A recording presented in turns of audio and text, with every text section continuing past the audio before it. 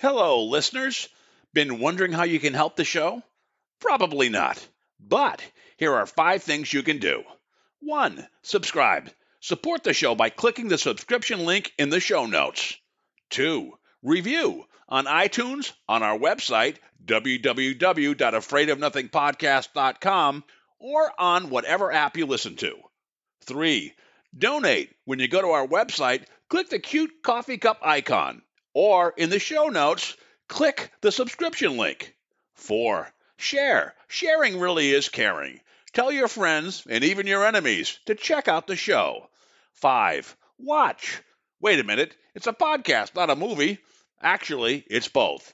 Check the show notes to find out where to watch the documentary. You can also rent it on Prime Video. That's it. Oh, one last thing. Enjoy this episode.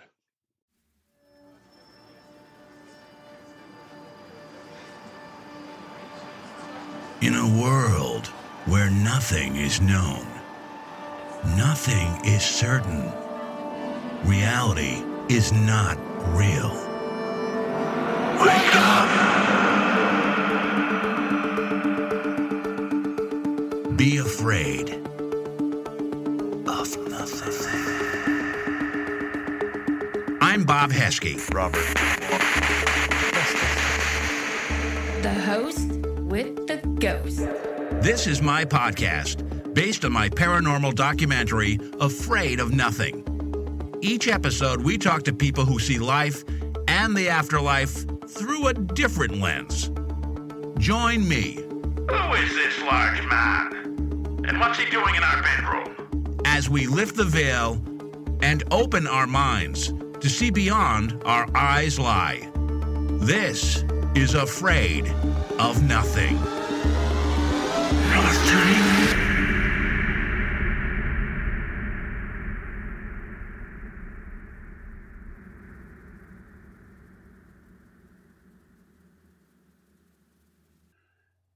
Welcome to episode 6. We have a great show. Andy Grant is a best-selling author, speaker, transformational energy coach, Akashic Records Reader, healer, and is the founder of Real Men Feel, a movement encouraging men to come out of the emotional closet. Andy has been producing and hosting the Real Men Feel podcast since February 2016. As a survivor of multiple suicide attempts, Andy knows how low we as human beings can feel, and he's committed to helping people realize how magnificent life is meant to be. Learn more at theandygrant.com. And now, on with the show. Hey, Andy, thanks for being on the show. My pleasure. Cool. Hey, I was looking at your website and theandygrant.com, and you have a long list of training and certifications. Very impressive. Can you give us the lowdown on exactly what you do, which I guess is basically reading people's energy and helping them kind of right themselves? But do you mind going into your kind of what you do and your process? Sure. So for 10 years ago, I was first trained as an energy coach. And that allows me to tune into people's energy and read the energy of a situation, a block. So when I'm coaching people, they'll be telling me their story and I'm really paying attention to the energy. And then I'll stop them whenever I have enough and we'll walk through things and clear things. More recently, I've become an initiate of the Modern Mystery School, and I'm now a certified healer with them. And that has opened up tools that go back over 3,000 years. There's no book, there's no video. It's all taught human to human, mouth to ear, and all the healings are done in person. The main healing is called life activation, and it literally brings more light into a person and lights up their intuition, their skills, their gifts, their purpose. It makes life meet you halfway there, the things you want to do, the things you want to create. You're not just attracted to what you want to do, like what you want to do starts getting attracted back to you. So that's one of the coolest things I found. And I had heard of mystery schools, I think even growing up, like watching shows like In Search Of, I'd heard of ancient mystery schools, and I didn't know they still existed or that any were open to the public. But I found this one 4 years ago, exactly 4 years ago this month for me. And it's been a blast. 2 questions. One, how did you find it? And the second one would be, when you say how do you read energy? Do you see it? Is it like a meter that we're seeing on our voice levels? Do you sense it? Is it a vibration that you pick up in your mind? How does that work? I'm really visual when it comes to energy readings. And so, yeah, I'll close my eyes. Someone will just say their name 3 times. I'll tune into them and I get a sense, a picture of them. Usually it's visual. I'll describe what I'm seeing. Sometimes it comes with a feeling as well. It can really be all sorts of different things. When I also read the Akashic Records, and that's a very auditory experience for me. We open the Akashic Records and it's all these beings of light. Can be people that have crossed over, but it's guides and angels, all this great place of support for people. And a client asks questions, and I kind of hear a chorus of information, and I just repeat what I hear. So kind of each modality can be different, but when I'm tuning into energy, you might call it using my intuition, connecting higher self to higher self. There's lots of different terms for it, but I just call it energy reading just to keep it simple. I've interviewed Brad Hudson, whom you know very well as a shaman. Mm-hmm. I've interviewed a medium. A medium just kind of picks up energy, but from dead people, I guess, right? But you right. Pick up energy from alive people, obviously. Do you have do you kind of have a crossover on the other side too and pick up energy beyond the living, or are you mostly just attuned to the energy of people that are kind of right here with us on this earth? Yeah, I've had that experience, picking up things from people that have passed when I'm in tune to someone else. So it's usually been someone very important to whoever I'm dealing with, and I've gotten messages and feelings and descriptions from kind of beyond. But we are all, every single one of us, regardless of what you believe, we are all reading each other's energy all the time, right? My eyes, your ears, they're all reading energy. And the energy I'm talking about is just kind of going beyond those traditional 5 senses. But I'm sure everyone's had the experience of walking into a room and feeling the tension of a fight that happened there, or walking into a room where everybody's laughing at a joke and you start laughing too, but you don't even know what the joke is. So all energy is contagious. We all receive it. When I was young, I was very depressed. I was very suicidal as a kid. And only as an adult did I learn that I was really empathic. I was literally picking up the emotions and energy of other people and thought it was me. Yeah, wow, that's great. That's one of the questions I was going to ask. Before I go there, and I also want to talk about the Akashic readings that you do, how many sessions when you work with a client, is this kind of a one and done, or is it an ongoing thing? And then after you kind of help them work through their issues, do they need to come back for an annual tune-up or something? How does it work as an energy coach with your clients? Normally, I ask people to commit to at least 3 or 6 months, and people come to me for all different issues. So usually it's kind of a crisis situation. So they come with something they're really focusing on, and we blast through it. It's usually a call a week for 3 months.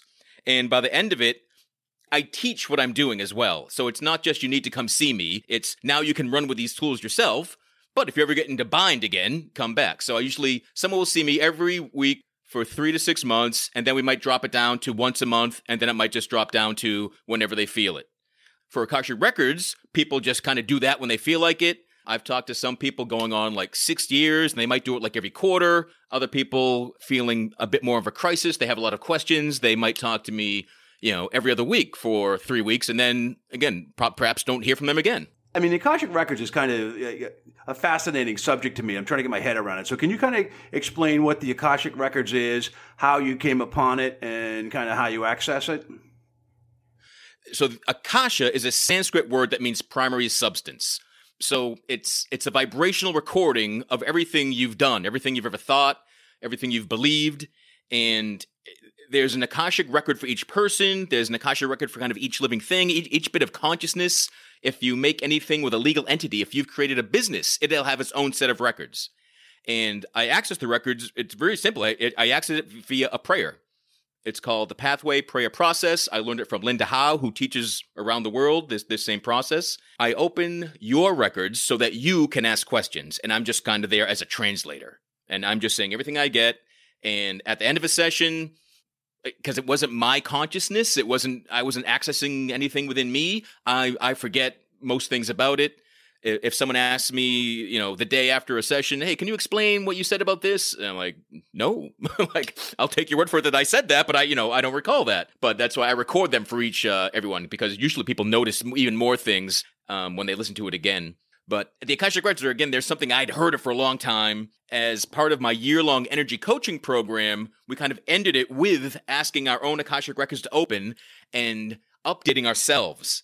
And it felt like a software upgrade. I really had this physical experience for that. And from that moment on, I was like, I want to learn more about this. And I happened to be teaching an energy tools workshop. And the next day, someone was at that same center in Massachusetts teaching how to read the Akashic Records. That was 2013, and I've been doing it since then.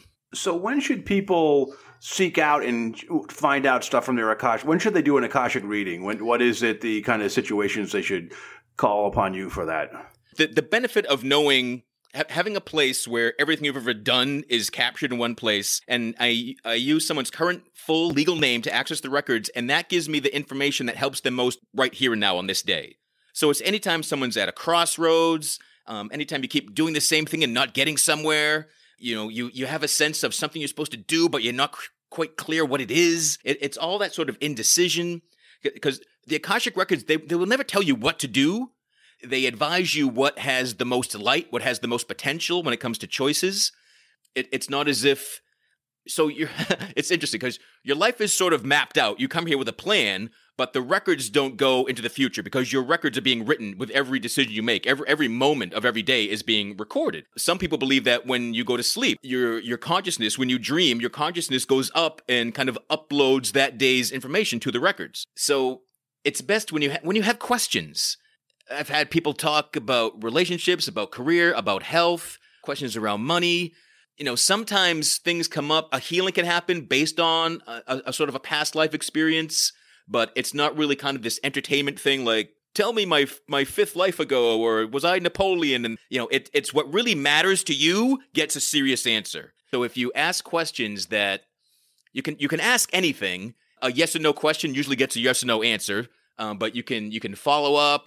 I always remind people that they can ask for explanation. You don't have to take an answer as it was. If you didn't understand it, ask for more. Like, you'll never be scolded for asking something. You just might get an explanation of why they can't answer it. Do you just kind of you just download what you're getting to them? Do you kind of just speak in real time what you're getting to them and it's being recorded for them? Yeah, it is real time. When I first started, sometimes I speak even faster than I speak normally to kind of keep up with the information. People have told me that my voice changes or I get a different accent at times. And I've listened to those recordings when people said that, and they were right. So yeah, I'm kind of just the straw. Like I'm just passing information, and I'm trying to pass all the information I get. Usually it's auditory. Sometimes it'll be a visual, and I'll describe to the person. We kind of take it apart. But I always tell people that, if what I'm saying doesn't resonate with them, then something's wrong. So it's clarity, it's ahas. The biggest thing people report is like everything they were told they knew, they just didn't trust it. Now, is the Akashic Records, is that kind of like a form of consciousness, or what is it out in the universe? I mean, yeah. So you could kind of compare it to the quantum field. It's the field of possibility. It's where just thought is. Things haven't come into form yet. So it's like the wave particle that becomes a proton or whatever when it's observed or whatever, right? Because okay. Yeah. Because Linda Howe describes it as a vibrational recording of everything your soul has ever done. So on the energy healing, is it kind of like Reiki, where you just kind of it doesn't drain energy from you. It doesn't take anything from you. You just kind of manage it like a surfer on a board riding a wave, or does it impact you? Are you drained after energy healing? No, I'm really, in all the work I do, I'm usually really energized after it. I've gone into sessions with people, right on the cusp of saying, canceling, or, I feel run down or beaten down, whatever it is. But once I start focusing on someone else, like whatever I had, it just goes away. Anytime I help someone else heal, like that energy is passing through me. I'm really just helping to direct things. So there's no depletion of myself, and I get a great benefit as well. Because when you're reading people's energies, there could be some pretty bad stuff attached to them. Do you ever have to deal with that, or does that not kind of fall into your line of work as an energy healer? No, it certainly does. And again, I mentioned earlier my background. I'm a survivor of multiple suicide attempts. I tend to get people that have that in their background at some level or not. I often just know it when people reach out. Some new person emails me, and I'm like, oh, that I can just sense that that's part of their background as well. And I have some processes with the mystery school. I have some healings and cord cuttings and negative energy removals that get used a lot. And that's kind of the first thing I do when I see people in person. And, I've recently, just this past summer, I had a major healing myself. And it was called an ancestral clearing. And it literally removed demons from my DNA. And it was something that had been carried on for generations in my family. So I had, had this evil, this darkness for so long that I didn't know what life was without that. So that raises a question, because when I talked to a medium and she said she can't do a reading on herself. So I'm wondering, I know, and you've gone through things, but you're also, many times you're just loving life and you're very positive and you help tons of people. Are you unable to heal yourself when the depression and the suicide tendencies come? Is that because mostly people can't heal themselves, they heal others, or can you self-heal for the most part? And you just have to apply the tools and it sneaks up on you and you got to just bounce back and remember your kind of toolkit. So it's degrees and levels. When I'm using all of my tools, I'm fine. When something knocks me off balance, my kind of oldest pattern is to say, screw it, nothing works. Like, I give up fast. It's really weird. But this demon, this evil energy that has now been removed from me, it was a demon around these suicidal thoughts. And it went back forever. And I would have experience of, there was a point where I really realized that the suicidal thoughts were not coming from me. They were coming from outside of me. And the more work I did, the clearer I got. Other people could see this. Again, so that's why I discovered this ancestral healing. And it was amazing. It really was like a being born again experience. I felt lighter and better and happier than I ever had. And that became, it's like, since it happened, just a regular Tuesday afternoon can feel like the best day of my life. Yep. And like, that's the new kind of normal. Without this dark cloud kind of just waiting for me to be lulled or have this false sense of security. And, just, it was always there lurking in the background. Yeah, I was going to ask, even if you got over the hump, was part of you always worried like cancer, it would come back? And now, since you've been through this ancestral healing, do you feel like you're totally cured and you don't even worry about it going forward? Yeah. And the biggest, I used to believe life sucked and then you died. And when I felt good, I would think, oh, that's the lie. And right now I felt the lie and the truth will return soon enough.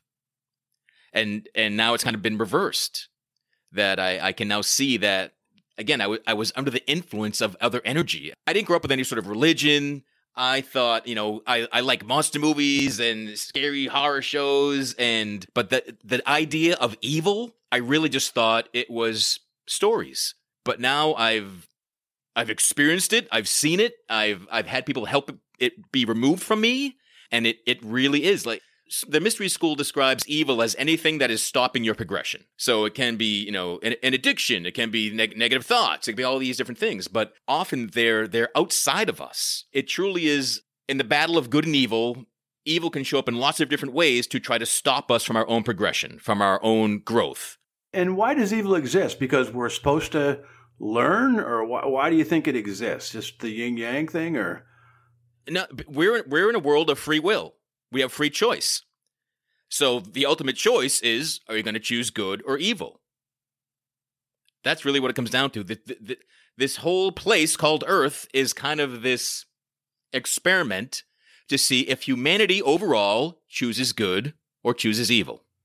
Yeah, isn't that wild? Because people just try to reconfigure what life is and consciousness and stuff, and it comes down to a simple principle. Yeah, I mean, if humanity followed the 10 Commandments, we'd be a very different place right now. If everyone that considered themselves a Christian actually lived like Jesus Christ did, we'd be an entirely different species now. But we always have free will.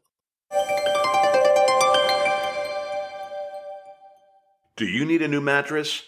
I do. After my divorce, my ex-wife took the bed.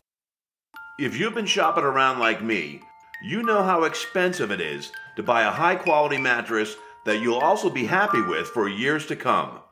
But that's what makes Allswell different. You see, Allswell features hybrid mattress technology, giving you the comfort of memory foam, with the support of individually wrapped coils, all at an unbeatable price. And you can even try it for 100 nights risk-free. If you're not satisfied with the sleep that you're getting on one of their heavenly mattresses, simply ship it back. Plus, every one of their mattresses comes with a 10-year limited warranty, so if you ever have any problems, you don't have to worry about getting stuck with a lemon. When it comes to affordable mattresses, don't sacrifice on quality or luxury. Allswell is the best purchasing decision that you can make. Now, if you'd like to get free shipping on your first mattress from Allswell, simply follow the link in the show notes to let them know that we sent you and to help support the show. When you listen to the podcast, there's a lot to be afraid of. But with Allswell, you never have to be afraid of a good night's sleep.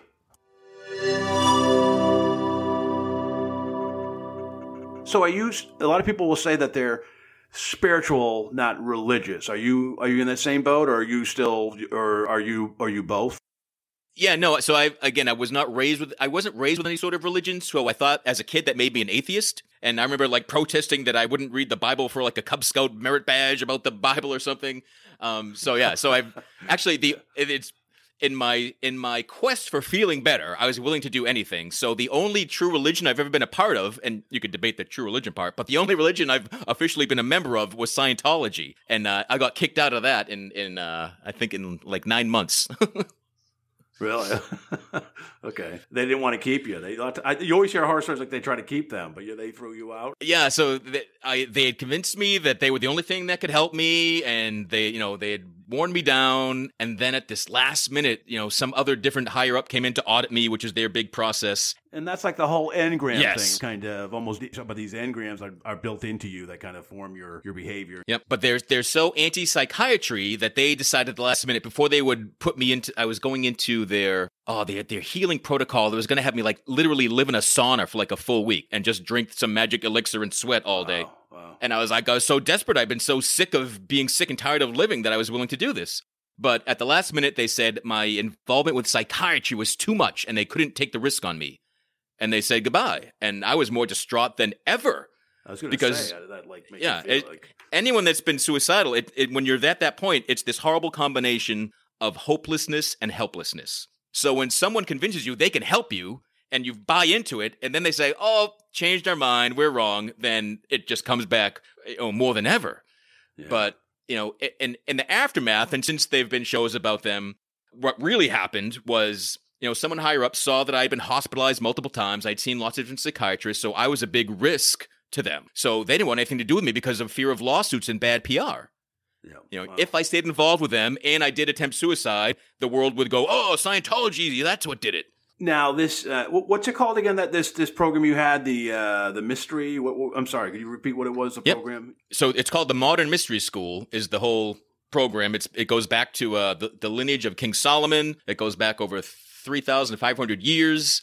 There are 7 ancient mystery schools. This one was open to the public back in 1997. I was trying to think like secret society or something. Why would they open it to the public? Is it just because they're trying to awaken people, or? Yeah. So this knowledge was kept and protected, and it's why more and more people can access the Akashic Record. Our collective consciousness does keep rising. So we've done enough. So humans could now take some of the teachings from the mystery school, and more people could be called into it. More people could be life activated. More people could become healers and guides and do all of these programs. But I'm sure you've heard from different spiritualists and programs talking about we got to need the tipping point of humanity. And I've heard it's anything from like 1% to 3%. And if that many people woke up or were enlightened, whatever word you want to use, that would be the tipping point for the entire planet. Trying to get to that point is what opened up the mystery school to allow anyone to come in and take it. There are still 6 other mystery schools on the planet that are still closed. And if you ever saw the movie or read the comic Doctor Strange, that was the Tibetan Mystery School. And if you want to go that route, you got to go to Tibet, hang around, get noticed, wash a lot of floors, scrub a lot of pots. And then they'll finally, they might try teaching you something after you've proven yourself worthy with this dedication. Yeah, the Modern Mystery School is based in North America, but they have centers in Japan, in London, in Brazil, and more just keep opening. But again, as more and more people want to expand and experience their purpose and serve humanity and try to make a better planet, then more things are available to all of us. Do they have any arch enemies that are trying to stop them from doing what they're doing? And because it's kind of like awakening is changing the mindset, and there's this whole underbelly of politics and whatever that could be going on. So I guess my short question is there, now that they're public, is there like a kind of a detractor that's against them, trying them not to get their message out? Not any individual I've become aware of, but certainly we're battling the forces of evil that are integrated into politics, medicine, advertising, media. Right? I mean, you can look anywhere and you can see good and bad everywhere. And the bad isn't happenstance. And keeping people under control, keeping people's minds closed, keeping them from asking questions, keeping them from revolting. Evil takes root in the separation between humans. So the more division there is, the more, and not even as big as war, but just the more disagreements and the more borders and the more boundaries and the boxes and the labels, it just keeps separating us from each other. And that's where evil can thrive. Now, what happens to the awakened people once they pass? Are they still recycled in reincarnation, or do you even believe in that, or do they go to a higher level? We go to higher levels. And this is one reason that even as I had not made an attempt on my life as an adult, but even when I was really close and just wanted to and thought that was the only way, I had this knowing by then that it's not going to fix anything. It's not going to solve anything. I'm going to be in another place, just not physically, and I'm going to have all this crud still to deal with. It's not going to solve anything. Enough spiritual people that had had near-death experiences that I trusted just told me that, you're here to deal with things that are best dealt with while you're a human being. But we are immortal consciousness. We existed before we came into physical form. We're going to exist after physical form. I used to not believe that at all. When I was suicidal as a kid, I just want everything to stop. I was like, life sucks. I just want this to stop. I hoped it was nothing. I wasn't trying to get somewhere else. But now I'm glad to be here as long as I can be, and to keep working on my personal progression and keep working on being of service to other people to help their progression, so that in the next phase, we're further along. And that can flow a little easier. But Andy Grant will end, but the essence of me, my soul, my energy, my consciousness will continue, and will have a memory of what I did here. And so you've not had a near-death experience. Sometimes things like that gets people to really know that there's something. So you're knowing that there is something is just based on all the training and certifications and kind of your life experiences of being able to read the Akashic Records and things like that. Is that accurate? Or? Yeah, I've had some really powerful meditative experiences, really connecting and sense knowing that I'm more than this body. Again, when I was younger and suicidal, I just thought I was this meat suit. I was told that my brain chemistry was wrong and there was nothing that could be done with it, and my emotions ruled me, and I've lived enough of life experience to prove to myself that that's not the case. You've done a couple things to help others, more than a couple things. You've written a couple books, and you have a video podcast called Real Men Feel. Do you want to talk a little bit about those and kind of the genesis of your books, and then now to your podcast that you're doing? Sure. Originally, I was a screenwriter in the 90s. I was a communications major. I'm in the Screen Actors Guild, and I was, in the mid-90s, I was going to Hollywood and meeting with producers, and then I suddenly just got this message, just sense of knowing that I couldn't keep making up stories. I had to tell my own. And I put together a book proposal, and it was going to be an autobiography and all the tools that I had learned, and it was called Surviving Myself. I had got an agent helping me to put the proposal together and guide me through different publishing houses. The few places that got back to me all said that very much needed, very well written, but nobody will publish this because nobody knows who you are. So instead of feeling defeated and giving up with that, I began self-publishing smaller books about the tools that helped me the most. So I have books on affirmations, which I used to make fun of and thought were ridiculous until I actually tried them, and I felt better. Books about gratitude and journaling, a book about holotropic breath work, which is just this mystical experience achieved just through breathing differently that really got me to experience and believe the infiniteness of myself, and that I'm just much more than these negative thoughts, that I really mourned that I had survived attempted murder. And not because I had attempted to murder myself. So I had this whole mourning period that was just incredibly profound and healing. And then my most recent book, I summed kind of all these up. It's a book called Still Here, How to Succeed in Life After Failing at Suicide. And it has all the tools I wish I knew when I was 17 years old. Do you have another book in you? Because your past year was pretty life transforming. Yeah, I've got many books in me. I've got lots of various chapters of different things. The next thing I want to write is kind of trying to have a comedic look at suicidal thoughts and just how silly they are. And if you can step back and witness your own thoughts, like I was willing to die on the weekend because I had a job. I didn't want to disappoint work. So I would always plan to die on the weekend. It's just like, what the hell is that? It just, the lunacy, to look at my planning proves that I really didn't want to die. Right? So that's what I'm plotting next, because I think it'll be nice and short. But the goal is to be able to help people to laugh at their own thoughts by letting them laugh at mine. And I have a number of books coming out of Real Men Feel too. So Real Men Feel is a podcast. It started 4 years ago, and again, I just got this hit. As an energy coach and an Akashic Record Reader, I'd say 90% of my clients have always been women. And I kept getting called to do something for men. And I've got to call men out. And I've got to, men are pitched, deodorant and clothing and underwear. That's all just for them. So I had to do something that this is just for you, man. This is the thing for you. And I was asked to give a speech about masculinity. And as I'm preparing for that, I'm like, how am I doing this? I've always, am I even a man? I don't know. I'm this emotional mess. I'm doing all this woo-woo stuff. What the heck am I? So I started playing, and just one of the sentences that I was playing with that stuck with me was, what if real men felt? What if because I'm willing to cry, society saw me as a brave and courageous man? So it began as this old social media network called Blab that didn't last long, but it was, you would just gather and people could see you talking. They would just join you. So it started as a monthly Blab, and I liked it. So it quickly became weekly. And I just recorded my 169th episode, and it reminds men that they're human. And as a human being, we're entitled to the full range of emotions. There aren't some emotions that are for men and some that are for women. We can all feel all of them. And indeed, if we're willing to feel all of them, we will lead a better life. Can you give us a short list of some of your favorite Real Men Feel guests and episodes? Oh, man, that is putting me on the spot. The last 6 months, I've had a really powerful stretch. There's an episode I did with a woman called Dr. Lulu, and she is an African-American surgeon and pediatrician. She quit her 6-figure pediatrician job because that office wouldn't let her go speak to an elementary school about suicide prevention.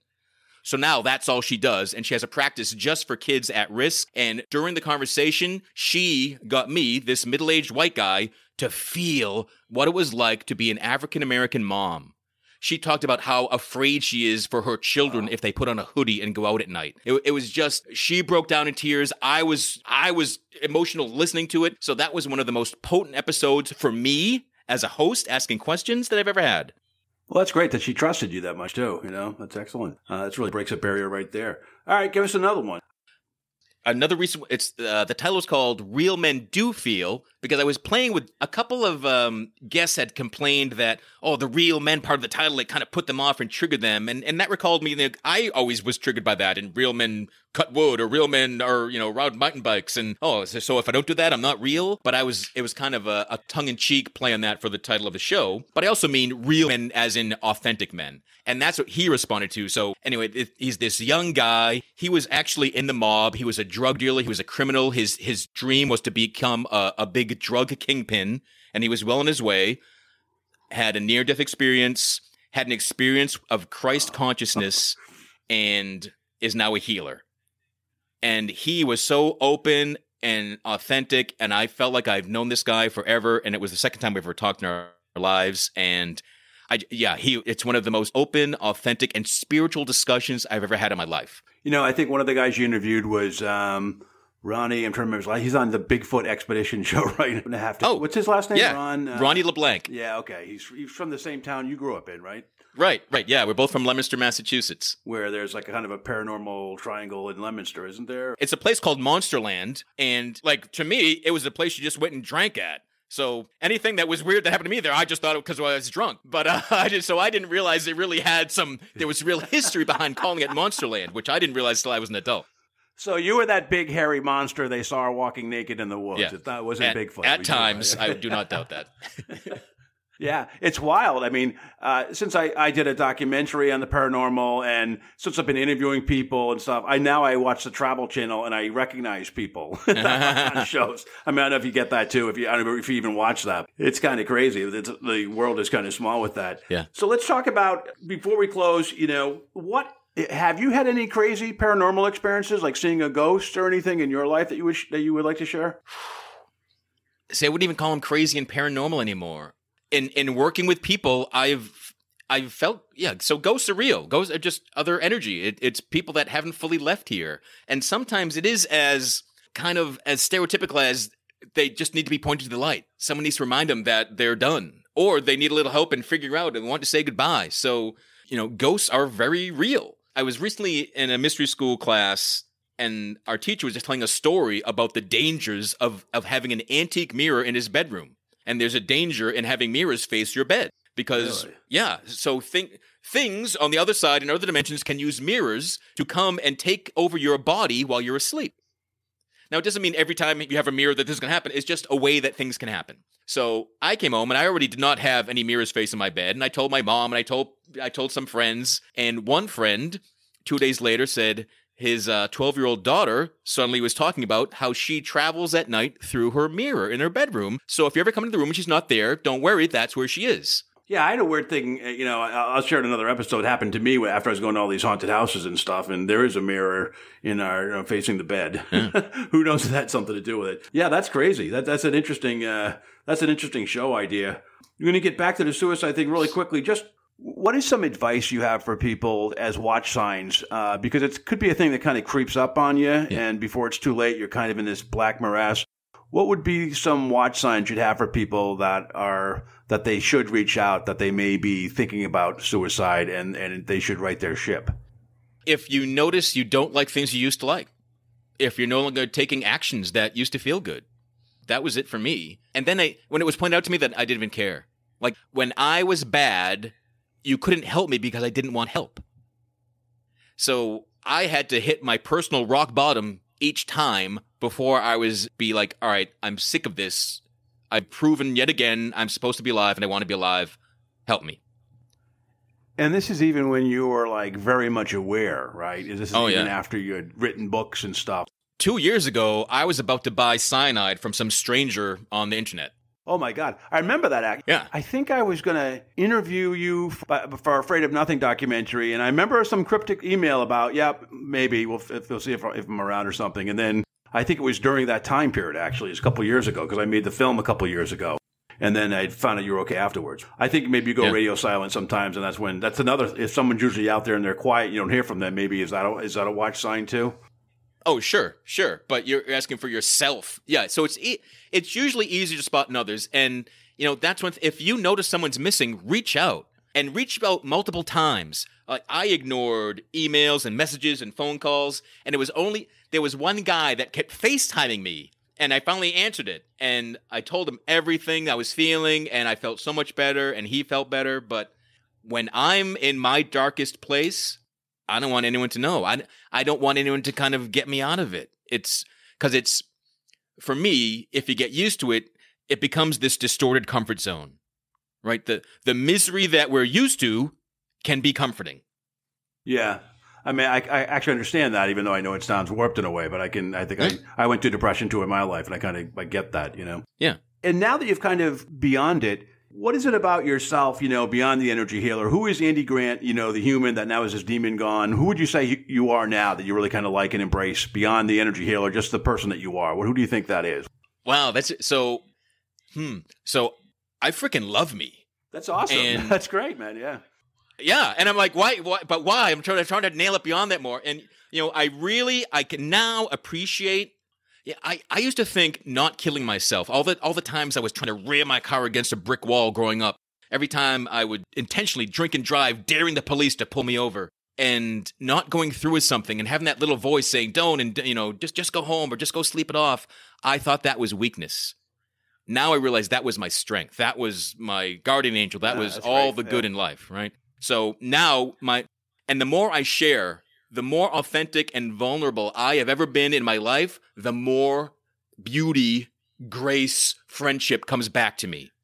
And that's one of the best things I've ever learned, and I keep proving it over and over. So, yeah, I am authentically me, and sometimes that's been a mess, but now it feels really good, and I share either way, good or bad, to remind people that, because I used to do this to my mentors and teachers. I thought they must be perfect. And they never had a bad day. They never had a bad relationship. They never doubted themselves. But everybody does. And that's okay, right? Yeah. I wonder if you should change the title of your show to Real Men Feel Good, because once you accept, embrace your feelings and accept it, then only then are you able to find some relief and some kind of salvation for yourself, Yeah, I probably have done a show called, I know I did. There was one point when I was really depressed and I decided to do a show from that point. It's me solo, and I think it's called Real Men Can Feel Suicidal and Rise Again. And it's one of the shows I've never listened to because it was so hard to just release that, because I'm crying. I got snot run down my face, and I'm just in the middle of it and just trying to get through each breath. But I this knowing that my willingness to share this will let someone else that feels that realize they can get through that moment too. Well, that's awesome. Andy, thank you for your time tonight. Do you mind? Would like to close. Just tell people how they can get a hold of you, where they should look online or to buy your books or any courses that you have would be very helpful. I'm sure there's a lot of people out there that would like to reach out and kind of help themselves. Sure. Yeah. There's one hub for all things Andy Grant, and that is theandygrant.com. Don't settle for a substitute. It's andygrant.com. You'll find links to the podcast, Real Men Feel. You'll find links to all of my books. You'll find the coaching, the mystery school healings, all of that. And there's always a link there to try downloading some meditation so you can experience the energy work that I do, just being walked through it, be a recording, and also offer complimentary calls to talk to anybody about whatever's going on for them, and if I can help them, or if there's a class or a book or something else, or even another person that I can recommend them for their help as well. I'm always glad to talk to new people. Well, that sounds great. And what about an Akashic reading? Is that like a one-time thing? Is that on your website too, the cost for something like that? Yep, okay. That's there too. TheAndyGrant.com has everything that I do and everything that I will do. Well, Andy, thank you again for your time. It's a great interview, and it's glad to spend some more time with you tonight. I appreciate it. Yeah, it's my pleasure. Thank you.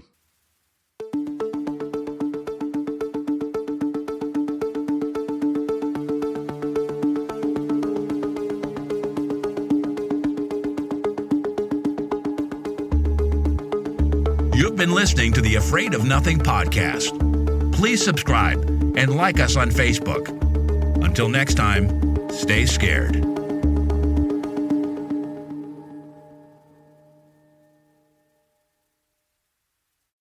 Hey, you're still here? Great. Then why not listen to another episode? Visit AfraidOfNothingPodcast.com to peruse all the shows. That's AfraidOfNothingPodcast.com. And while you're there, click the coffee cup icon to buy me a coffee and leave a review. I'll give you a shout-out in an upcoming episode, and the world will know how swell you are.